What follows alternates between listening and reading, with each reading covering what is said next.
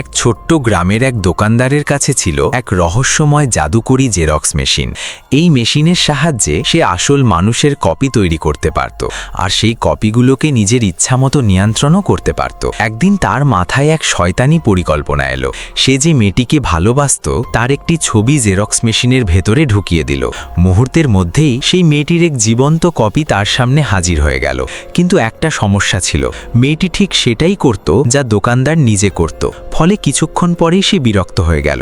পরদিন সে টাকা কামানোর জন্য 500 টাকার একটি নোট মেশিনে ঢুকিয়ে দিল, কিন্তু টাকার ওপর সেই জাদু কাজ করল না। একটাও নকল টাকা বেরোলো না। ঠিক তখনই তার মাথায় আরও ভয়ঙ্কর এক আইডিয়া এলো। সে একটি গয়নার দোকানে গিয়ে চুপি চুপি দোকানদারের একটি ছবি তুলে নিল। তারপর সেই ছবিটি জেরক্স মেশিনে ঢুকিয়ে দোকানদারের এক ডুপ্লিকেট তৈরি করলো।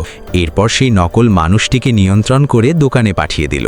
ডুপ্লিকেট দোকানদার প্রথমেই কর্মচারীকে নাস্তা আনতে বাইরে পাঠিয়ে দিল, আর কর্মচারী ফিরে আসার আগেই দ্রুত দোকানের সব সোনা, রূপো আর টাকা একটি পলিথিন ব্যাগে ভরতে শুরু করলো। সবকিছু নিয়ে সে চুপচাপ সেখান থেকে বেরিয়ে যাচ্ছিল। ঠিক তখনই সামনে এসে পড়ল তার প্রেমিকা।